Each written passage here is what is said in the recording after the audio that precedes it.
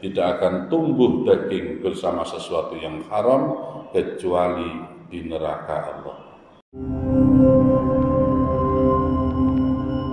Assalamualaikum warahmatullahi wabarakatuh. Bismillahirrahmanirrahim. Alhamdulillahilladzi an'ama 'alaina bi ni'matihi tatimmu shalihat. Summa alhamdulillahilladzi anzala as-sakinata fi qulubil mu'minin liyazdadu imanan ma'a imanihim. Asyhadu an la ilaha illallah wahdahu la syarika lah wa asyhadu anna sayyidana wa nabiyyana Muhammadan abduhu wa rasuluh. Allahumma salli wa sallim wa barik ala sayyidina Muhammad wa ala alihi wa sahbihi wa man tabi'ahum bi ihsanin ila yaumil ma'ad, amma ba'd. Jamaah salat subuh rahimakumullah. Bersyukur pagi hari ini Allah masih kumpulkan kita di tempat yang Allah muliakan ini. Mudah-mudahan sholat jamaah yang barusan kita laksanakan dan kajian atau berkumpulnya kita di majelis ini untuk bersama-sama ngaji menjadikan amal yang diterima oleh Allah Subhanahu wa Ta'ala, dan kelak kita dihimpun di dalam surga yang Allah janjikan. Amin ya rabbal alamin. Baik, pada kesempatan pagi hari ini kita lanjutkan kajian kitab Wasiyatul Mustafa sampai pada bab yang ke-12, wasiat Rasul tentang kedudukan manusia di hadapan Allah Subhanahu wa Ta'ala. Bismillahirrahmanirrahim. Qala alaihi salam, khairun nas 'indallahi anfa'uhum linnas wa syarruhum indallahi ta'ala man tala umruhu wa sa'a amaluhu wa khairuhum man tala umruhu wa hasuna amaluhu. Rasulullah sallallahu alaihi wasallam berpesan kepada Sayyidina Ali, sebaik-baik manusia menurut Allah adalah orang yang paling banyak memberi manfaat kepada orang lain, dan sejelek-jelek manusia di hadapan Allah adalah mereka yang berumur panjang tetapi jelek amal perbuatannya. Sedang sebaik-baik manusia menurut Allah adalah orang yang berumur panjang dan baik amal perbuatannya. Hadirin rahimakumullah, ternyata orang yang paling baik di hadapan Allah bukan mereka yang paling tinggi jabatannya, bukan mereka yang paling banyak uangnya, bukan mereka yang paling banyak mobilnya, tidak. Ya, duitnya akeh, rumahnya besar, jabatannya paling tinggi, sampai semua orang sungkan padanya. Ternyata tolak ukur kebaikan seseorang di hadapan Allah itu bukan itu semua. Bahkan orang yang kaya, jabatannya tinggi, presiden sekalipun, itu kalah dengan hanya sebagai rakyat biasa, mungkin kerjanya tani, mungkin kerjanya kalau di sini beca atau mijet, tapi dia melaksanakan perintah Allah. Di ayat yang sering kita baca dan kita dengar, inna akramakum indallahi atqakum. Sesungguhnya orang yang paling mulia itu adalah mereka yang paling bertakwa. Berarti semakin kita ini tunduk patuh kepada Allah, semakin kita ini nurut kepada Allah, berarti kita semakin baik di hadapan Allah. Oleh karenanya tidak boleh kita itu menghormat seseorang dikarenakan yaitu karena hartanya, tidak boleh. Karena harta itu bukan sesuatu yang istimewa. Kemarin di bab yang ke-11 sudah dijelaskan. Jadi dunia ini bukan sesuatu istimewa bagi Allah. Bahkan dunia ini adalah sesuatu yang andai kata ada manfaat, andai kata itu ada nilai di sisi Allah, tidak usah terlalu besar, sebesar sayap nyamuk saja, ya, andai kan ada, maka Allah tidak akan berikan kepada orang-orang kafir. Walaupun hanya seteguk air, Allah tidak akan berikan. Nah, kalaupun akhirnya Allah memberikan kepada orang-orang yang tidak pernah mengenalnya, yaitu orang-orang kafir yang selalu menentangnya, itu karena memang dunia tidak ada nilai. Oleh karena dunia itu tidak ada nilai sama sekali di hadapan Allah, maka kita tidak boleh menghormati seseorang hanya karena kekayaannya. Faktanya, selama ini kita ya terhadap orang yang ahli ibadah, misalnya biasanya masjid, dengan orang yang kaya, jabatannya tinggi, nek diundang yasinan, kira-kira seneng sing pundi, Pak? Wah, ini ya. Jadi fakta seperti itu. Kita ini kadang-kadang masih sering melihat seseorang itu dari kekayaannya, dari jabatannya, dari status sosialnya yang tinggi, masih sering seperti itu. Padahal tidak boleh kita itu menghormati itu. Ya, dan tidak bolehnya itu bukan sekedar makruh itu. Haram hukumnya kita untuk hal yang seperti itu. Kecuali kalau orang yang kaya, ya, yang jabatannya tinggi, itu dia juga ahli ibadah. Jadi kita menghormatinya bukan karena kayaannya, tapi karena ibadahnya. Beda lagi. Nah, jadi itu para jemaah yang perlu kita pahami betul, bahwasanya orang yang paling mulia di sisi Allah, ya, yang paling mulia di sisi Allah adalah mereka yang paling bertakwa, mereka yang paling yaitu bermanfaat untuk manusia yang lain. Kenapa sih orang yang bermanfaat untuk orang lain itu adalah termasuk orang yang paling disukai oleh Allah dan posisi atau kedudukannya adalah yang tertinggi?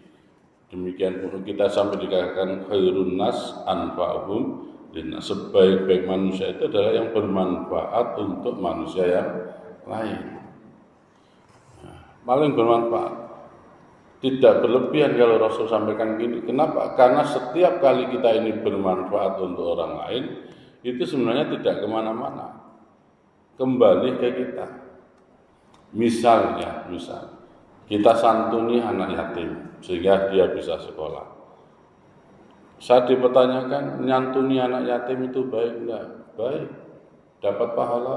Insya Allah. Siapa yang dapat? Yang nyantuni. Dan kalau kita mau hitung-hitungan, Pak, berapa sih yang kita berikan ke anak yatim? Misalnya 100.000 tiap bulan. Ya 100.000 itu yang diterima oleh anak yatim. Tapi bagi yang memberi, ya, dia tidak akan mendapat pengembalian 100.000, tapi minimal 10 kali lipat. Berarti kalau 100.000 sedekahnya ke anak yatim, oleh Allah dikembalikan berapa kira-kira? 1 juta. Siapa berarti yang untung? Ya, yang nyantuni. Lalu kembali itu. Ada orang datang ke masjid, belum azan sudah datang. Ke sini ngapain? Cuma membantu bersih-bersih karpet masjid itu. Apakah itu baik? Sangat baik sekali. Maka setiap debu yang akhirnya kalau misalnya tidak dibersihkan, itu mungkin akan mengotori tempat kita untuk sujud. Tapi ternyata itu karena kita turut membersihkan, tidak ada kotoran yang nempel di dalam kening kita. Subhanallah, kebaikan yang luar biasa itu. Kembali kepada kita. Sudah, apa yang bisa kita lakukan? Entah dengan ucapan kita, entah dengan perbuatan kita, dengan harta kita. Karenanya ya Allah, jangan kau tambahkan nikmat kecuali nikmat itu bermanfaat pula untuk orang lain. Jangan kau titipkan atau kau amanahkan jabatan, harta, kalau ternyata tidak membuat bermanfaat untuk orang lain. Subhanallah, jika itu yang prinsip yang kita pegang, sungguh kita ini ya, mempunyai sesuatu tidak akan melupakan kepada yang memberinya. Ada sebuah ilustrasi, Pak, ya. Seseorang diberi mobil. Ketika orang ini diberi mobil, dengan senangnya menerima mobil itu. Dan awal dia katakan matur suwun, matur suwun, matur suwun. Harus dia senang dengan mobil itu. Dia bangga-banggakan mobil pemberian itu. Temannya diceritai, saya punya mobil baru. Oh, subhanallah, interior mobil itu sangat mewah sekali. Kalau dinaiki ada lubang atau mungkin ada batu-batu itu tidak terasa. Tiap hari membicarakan mobil pemberian itu, saking senangnya, saking bangganya, saking senang dan bangganya sampai lupa terhadap yang memberi. Jaga terus. Sementara ada orang yang kedua diberi mobil itu, dia bertanya, mohon maaf, kenapa kamu memberi saya mobil? Saya memberi kamu mobil biar kamu bisa selalu dekat denganku. Oh gitu ya. Wah, dengan senangnya dia terima mobil itu. Karena apa? Karena yang ada dalam pikirannya, dengan mobil ini saya bisa dekat dengan dia. Nah, jadi ada orang itu oleh Allah diberi rumah, saking senengnya ya, diamanahi rumah, bendino resik-resik rumah, terus semua ini sampai gak sempat ngaji kan. Dengan bangganya ia cerita ke sana kemari ya, tentang rumah pemberian itu sampai lupa terhadap yang memberi. Sing dipuji rumah terus, saya gak pernah memuji Allah, Pak. Tapi ada juga orang itu ya, diberi rumah untuk apa ya Allah? Supaya kamu semakin dekat denganku. Maka akhirnya wah baik, ini adalah sarana untuk supaya bisa dekat dengan Allah. Malam sholat, pagi sholat, siang sholat, dia baca Al-Quran itu. Kenapa? Karena dia berharap dengan rumah itu ya, karena dia tahu tujuannya untuk mendekat kepada Allah. Kira-kira kita masuk yang pertama atau yang kedua? Ya, mudah-mudahan yang kedua. Jadi dititipi apa saja mindset kita, cara berpikir kita ini adalah hanya sebagai sarana, sebagai alat untuk semakin dekat dengan Allah. Nah, kembali pada pesan Rasul tadi, sesungguhnya ya, sebaik-baik kalian di sisi Allah adalah kalian yang paling banyak memberi manfaat. Sebaliknya orang yang paling jelek adalah mereka diberi usia panjang oleh Allah, tapi ternyata usia panjang tadi tidak menjadikan dia banyak memberi manfaat. Seperti kita doa, ya Allah berikan kami panjang umur. Ditanya, sampean kepingin umur piro? Rata-rata di sini doanya ingin pendek umur atau panjang umur? Panjang. Inginnya berapa tahun? Ya. 200 tahun. Akhirnya wah wis mati sama gak mati-mati. Iku malah nyorono anak. Melaku wis gak kuat, apa sembari gak kuat. Ya. Jadi mintalah umur yang berkah. Kalaupun tambah, maka bertambah pula kebaikan kepada Allah. Kalaupun bertambah usianya, bertambah pula ketaatannya, kemanfaatannya. Ini. Jadi sekali lagi, tidak ada orang yang paling dihormati, paling dimuliakan di sisi Allah kecuali mereka yang paling bermanfaat. Silakan mulai hari ini nanti sudah direncanakan apa yang bisa kami berikan pada orang lain ya, dari kemampuan yang saya miliki. Yang punya uang lebih, mudah-mudahan dengan uangnya kita bisa bermanfaat. Yang punya ilmu, mudah-mudahan dengan ilmu kita bermanfaat untuk orang lain. Tidak ada duit, tidak ada ilmu, barangkali ada tenaga. Mudah-mudahan dengan tenaga kita masih bisa bermanfaat untuk orang lain. Ya. Mosok kalah ambek kotoran hewan. Kotoran hewan itu masih kotoran sih bisa memberi manfaat kok. Tanaman menjadi subur karena kotoran. Kita ini mosok urip kan manfaat blas ya. Ya, malah kadang-kadang ada istilah sampah masyarakat. Ya, kalau sudah oleh titel sampah masyarakat ini, ya orang-orang itu doanya ini, wong itu ngono kaya sik urip ngono ya. Kapan mati ini? Lu sampai ada ungkapan seperti itu saking apaan gitu. Berbeda dengan orang yang selalu bermanfaat. Orang lain itu berdoa mudah-mudahan Cipulan itu selalu sehat, panjang umur. Karena kalau kehilangan orang itu, Masya Allah, masjid ini menjadi redup. Sebab selama ini yang nyupport keberadaan fasilitas masjid di orang itu, ada apa-apa ya seringkali orang itu. Itu kalau kepada orang yang selalu memberi manfaat. Sebaliknya tadi kalau orang yang selalu membukan rusuh, gaduh, itu kadang-kadang didungakno mati sadurunge wayahe mati. Kapan wong gak mati-mati ngono kok ya urip kok itu sampai begitu. Ya. Nah, para jamaah sekalian, itu pesan yang pertama, jadi sebaik-baik manusia di sisi Allah adalah mereka yang paling bermanfaat untuk manusia lain, dan seburuk-buruk daripada manusia di sisi Allah adalah mereka yang diberi usia panjang tetapi tidak bermanfaat untuk orang lain. Wa abghadun nas ilallahi man akala waqtahu wa mana'a rifdahu wa daraba 'abdahu wa akramal ghina wa ahanal faqir.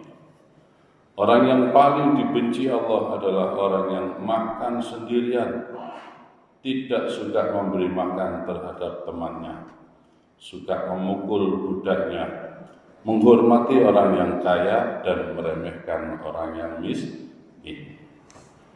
Jadi satu orang yang sangat dibenci oleh Allah itu adalah nek mangan itu diwiang. Artinya apa? Tidak peduli terhadap orang lain. Tidak peduli terhadap orang lain. 2 minggu yang lalu saya ketika ngawal jamaah Furoda yang gagal berangkat, ya, 6 hari saya bersama Gus Muafiq di Jakarta, satu lokasi, terus dalam ngopi bareng dia cerita gitu, ada orang itu mau haji tidak jadi. Dan ternyata dia menjadi ahli surga. Nggak jadi haji loh menjadi ahli surga. Saat dia dibangkitkan, lalu diistimewakan oleh Allah, dia kaget, ya Allah, kenapa saya menjadi orang yang istimewa seperti ini? Ya. Terus Allah sampaikan, ya, di situ apalagi orang ini kelihatan pahala hajinya. Kan saya tidak pernah haji ya Allah. Tapi kenapa ini kok ada pahala haji untuk saya? Nah, ternyata di situ rahasianya apa? Dia sebenarnya pernah mau melaksanakan ibadah haji. Ya, haji yang kedua menurut saya. Terus uang ini sudah kumpul untuk onhanya, sudah kumpul untuk bekalnya, mau berangkat, ya, sudah mau berangkat itu, ternyata dia terpikir oleh tetangganya. Apakah ketika saya berangkat haji, tetangga saya masih bisa makan ya? Jangan-jangan saya menikmati ibadah haji, sementara tetangga saya masih dalam kekurangan. Akhirnya dibatalkan pelaksanaan ibadah haji itu, lalu ia cari tetangga-tetangganya yang miskin, ia bagikan kepada mereka. Ya Allah, mohon izin ya Allah, untuk tahun ini saya tidak berangkat haji. Ya, kau memang sudah memberikan rezeki cukup untuk berangkat haji, tapi ada yang lebih membutuhkan ya Allah. Izinkan ini untuk saya berikan kepada mereka. Subhanallah. Dia ketika tidak jadi berangkat sudah mendapatkan bagian daripada ibadah haji itu, dan dia juga mendapatkan pahala dari kemanfaatan uang yang diberikan kepada orang-orang fakir miskin itu. Nah, di dalam hadis, kalau kita belajar Riyadhus Shalihin, tidak sedikit hadis itu yang menjelaskan nek masak kuahnya perbanyak, disuruh memperbanyak. Kenapa?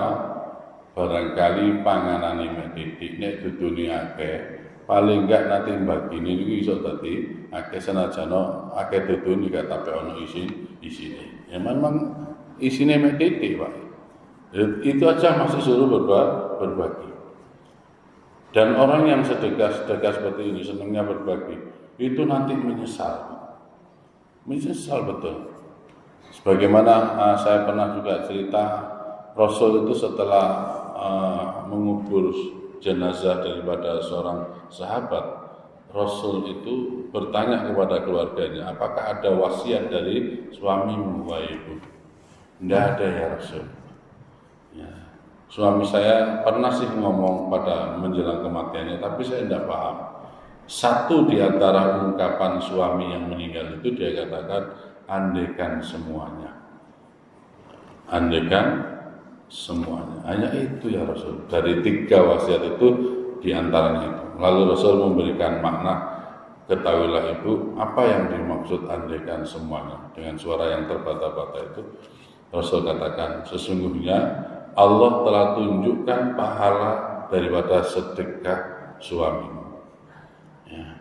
Setiap kali berangkat kerja selalu membawa 1 potong roti, lalu 1 potong roti itu ia bagi menjadi 2, 1 ia nikmati, 1 diberikan pada para pengemis itu. Dan terakhir menjelang kematiannya, saat mau makan di rumah, lalu tiba-tiba ada mendengar suara ketukan pintu. Setelah dibuka adalah seorang pengemis. Sudah mau dimakan ini, akhirnya terus dibelah menjadi 2, separuh ia makan, separuh ia berikan pada pengemis. Kira-kira awak dewi ini wayai kelaparan, ya, tuku sugo bebek, go mulit, tuku makate dipangan ana wong ngemis. Kira-kira tetap dipangan apa dibagi?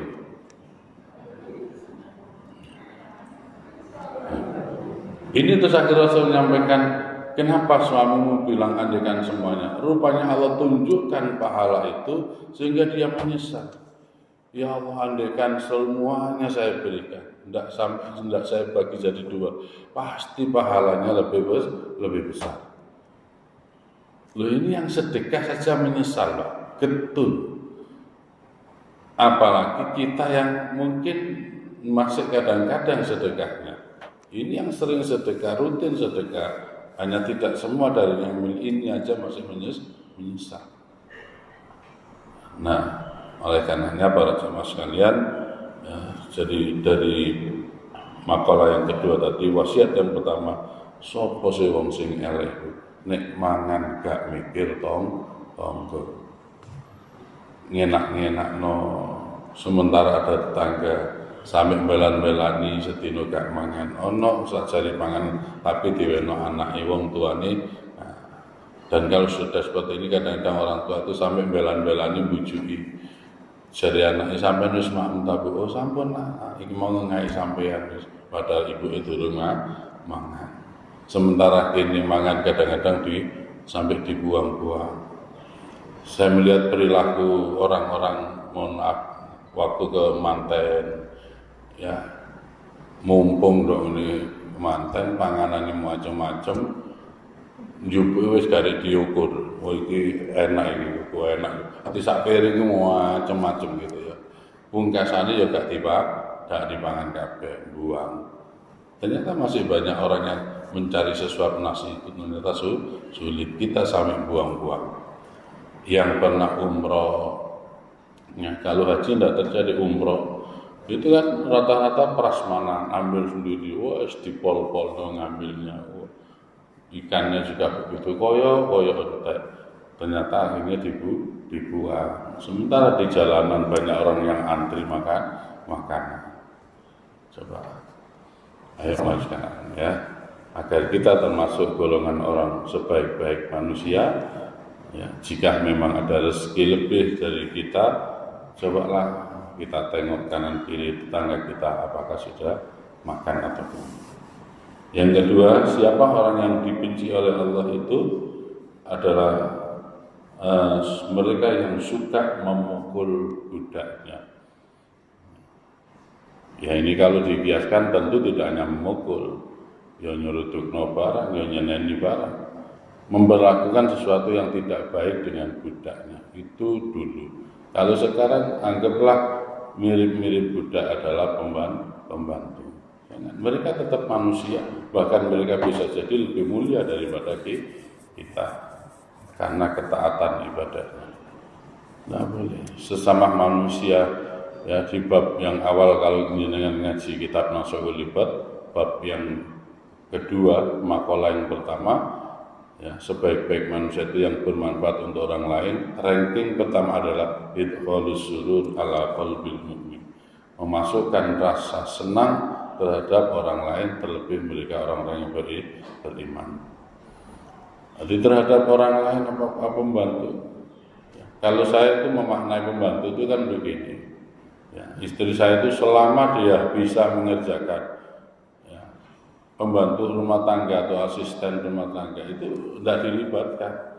Umba-umba masih bisa dicuci sendiri, masak masih bisa dicuci. Nah nanti mana yang sekiranya sudah tidak mampu karena waktunya tidak nututi dan sebagainya, baru yuk tolong dibantu yang ini ya. Nah, itu subhanallah kita perlakukan seperti itu namanya. Berbagi tugas. Jenengan yang ngepel, saya yang nyuci ya. Bagi tugas. Pasti mereka senang begini. Juga kita beri apresiasi, ya, sambil mungkin dakwah kita masukkan, ya. Bagaimana mereka kita puji, bagaimana kita apresiasi itu. Nah, terus diseneni, bendino diseneni bayaran telat sisa begitu. Ya. Yang ketiga, orang yang sangat dibenci oleh Allah itu adalah orang yang menghormati si kaya dan meremehkan orang yang miskin. Podo duwene metu bareng sak mobil terus mampir nang rumah makan. Rebutan bayari. Pernah tahu kondisi seperti itu? Sak mobil mangan bareng, mareng rebutan bayar. Ini jangan saya aja. Kenapa? Sementara di luar sana, kalau saya ibaratkan sebuah tanaman yang pantas untuk disirami terlebih dahulu, itu kan sing layu, sing wis kate mati yalung itu disirami dhisik jika sampai mati. Nek sing seger-seger kari-kari sih enggak masalah, wong sing seger. Ini ya faktanya begitu. Nek padha duwene malah rebutan. Lalu kira-kira orang-orang yang punya ini semua berkeinginan memberikan kepada yang miskin-miskin, yang tidak punya itu, ya insya Allah akan mengurangi kecemburuan sosial kita. Orang nakal itu akhirnya juga terkurangi. Kenapa? Karena mereka yang tidak mampu terperhatikan. Selama ini tidak. Kita mikir awak kita dewe, ya. Kalaupun mikir orang lain itu bodoh duwe. Wong kadang-kadang yasinan saja kumpul sing padha duwe ini. Bahasane wong krono sama-sama punya, ya, rekreasi luar negeri, pakaian yang mahal, ya otomatis ta sing gak duwe iki akhirnya nyise Pak sungkan. Aja sing ngono bahas Singapura, Malaysia, awak dhewe nang ngono kromo gak tahu. Ya nyise lagi. Ayo cerdas emosi iki orang yang tidak mampu, jangan sampai berbicara tentang kemewahan dan sebagainya. Ya. Kumpul orang-orang yang tidak mampu cerita tentang kemewahan, tidak nyambung. Ya. Nah ini. Wa asarru minhu man 'asha fi haramin wa mata fi haramin. Dan orang yang lebih jelek lagi kata Rasulullah adalah orang yang hidup dari barang yang haram dan mati pun dalam keadaan yang haram. Tidak enak-enakan ya, makan sesuatu yang haram. Ya. Surga itu, saya dulu pernah cerita tentang sahabat Abu Bakar. Ya. Sahabat Abu Bakar itu pernah oleh pelayannya diberi kue. Setelah ditelan oleh sahabat Abu Bakar karena saat itu sangat lapar, dia tidak bertanya kepada pelayannya ini kue dari mana, tidak bertanya. Nah setelah ditelan, pelayan ini lalu heran dan bertanya, wahai Khalifah, yang saya tahu selama ini engkau tidak memakan makanan kecuali telah jelas halalnya. Tapi hari ini tadi saya dapati kau menerima makanan langsung kau makan, tidak bertanya sebagaimana mestinya. Terus akhirnya Abu Bakar itu mengatakan, loh, memangnya kue ini tadi dari mana? Kue ini wahai Khalifah, saya ini dulu seorang peramal, ya, Dalam Islam peramal itu tidak boleh. Terus orang yang saya ramal itu kemarin datang kepada saya mengucapkan terima kasih. Sebagai ucapan terima kasihnya dia juga memberi kue kepada saya. Langsung sahabat Abu Bakar spontanitas masukkan ujung jari telunjuknya ke rongga mulutnya. Diwogrok-grok sampai akhirnya makanan yang sudah ditelan, sudah di perut itu bisa dimuntahkan kembali. Nah setelah dimuntahkan, khalifah ini mengatakan, wahai pelayanku, hampir saja kau telah mencelakai aku. Bagaimana mungkin saya bisa menelan makanan ini, sementara aku pernah mendengar Rasul menyampaikan, tidak akan tumbuh daging bersama sesuatu yang haram, kecuali di neraka Allah. Ya, tidak akan pernah tumbuh daging bersama sesuatu yang haram, kecuali di neraka Allah. Kita yang hadir di tempat ini mungkin tidak sampai ya istilah korupsi miliaran, jutaan aja tidak mungkin. Mungkin insya Allah tidak. Dua wajah-wajah itu ada wajah potongan koruptor tidak ada lah. Ya. Paling-paling banter itu ya, kurbanan nyelempit notakin di udah. Ya, tapi ya walaupun itu miliknya siapa begitu loh. Kita kerja istirahat saja, molor saja setengah, bayarannya pancet. Berarti ada hak yang bukan milik kita. HP entek baterai ini dincepno kamera untuk setrum dan tidak izin. Itu berarti sudah nyolong setrum. Wayai kerja, telepon ke keluarga, yang telepon itu tidak ada kaitannya dengan pekerjaan kita, berarti sudah memakan sebagian waktu, bayarannya pancet. Logikanya kan jam kerja kurang, ya bayarannya kurang. Ini ada. Jadi sekali lagi kita tidak makan rezeki hasil korupsi yang miliaran juta enggak, tapi hal-hal yang kecil itu, hal-hal yang kecil. Ayo kita ingat. Al-Bustami itu ibadah bertahun-tahun tidak merasakan nikmat, lalu dia mendapatkan arahan dari seorang ulama. Coba tanya orang tuamu, barangkali orang tuamu pernah makan sesuatu yang haram sehingga kamu tidak bisa menikmati ibadah yang kau lakukan selama ini. Akhirnya Al-Bustami itu bertanya, Bu, mohon maaf, saya ini sudah ibadah bertahun-tahun tapi belum merasakan nikmatnya ibadah. Mohon agar tidak tersinggung, apakah ibu pernah makan sesuatu yang bukan milik ibu? Coba dia menanyakan. Akhirnya dia menanyakan, oh iya nak, pernah saat kamu hamil, saat ibu hamil kamu, terus di atap rumah itu ada namanya kerupuk itu dijemur, terus sama ibu dicuil. Kira saya apa saya dicuil, terus mau dincipi. Nah itu nak jadi. Oh, kalau gitu sekarang cepat Bu, jenengan minta maaf pada pemiliknya, minta supaya diikhlaskan. Akhirnya datangi tetangganya, jaluk sepuro dan minta supaya yang terlanjur dimakan itu diikhlaskan. Dan apa yang dialami oleh Al-Bustami ini, ketika sesuatu itu telah diikhlaskan, dia merasakan betul nikmat ibadahnya. Ya.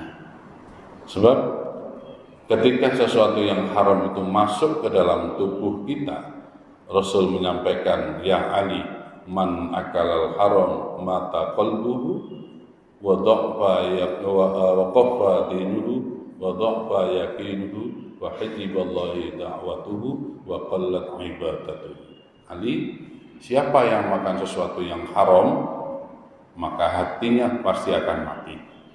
Sehingga kalau hati itu mati, susah menerima hidayah. Kalau orang itu tidak mendapatkan hidayah, maka ibadah pun menjadi berat. Datang ke pengajian berat, karena hatinya telah tertutup, hatinya telah mati. Wa khaffa dinuhu, agamanya gampang rusak. Dia juga sholat, tapi ia juga imbangi sholat itu dengan kemaksiatan atau dosa-dosa yang lain. Wa dha'fa yaqinuhu, keimanannya menjadi lemah, kata Rasulullah. Ya, karena terkotori oleh sesuatu yang haram tadi. Apakah hanya itu dampaknya? Tidak, kata Rasul, wa hajiballahi da'watu, doanya akan ada hijab sehingga tidak sampai pada Allah. Dan karena semuanya wa qallat ibadu, dan ibadahnya akhirnya menjadi sedikit. Ini maka jangan sampai, ayo kita ikhtiar selalu berdoa pada Allah, ya Allah, hindarkan kami dari sesuatu yang Kau haramkan, mudahkan kami untuk memperoleh rezeki yang halal. Halal sedikit, walaupun sedikit, itu jauh lebih baik daripada banyak tapi haram. Nah, titik ya sama, tidak baik. Ya. Sayyidina Imam Syafi'i itu kan pernah ditanya begini, Imam, oleh seseorang, saya ini keluarga, saya istri sama anak, bayaran 5 juta itu tidak cukup, Imam. Tidak hanya tidak cukup, anak saya itu juga kandanan uang yang muakal. Gimana ini solusinya?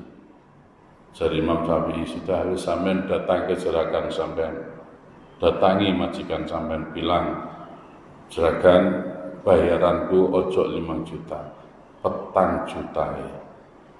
Iku nek kira-kira nek sing dikei saran jamaah Nurul Iman berangkat enggak?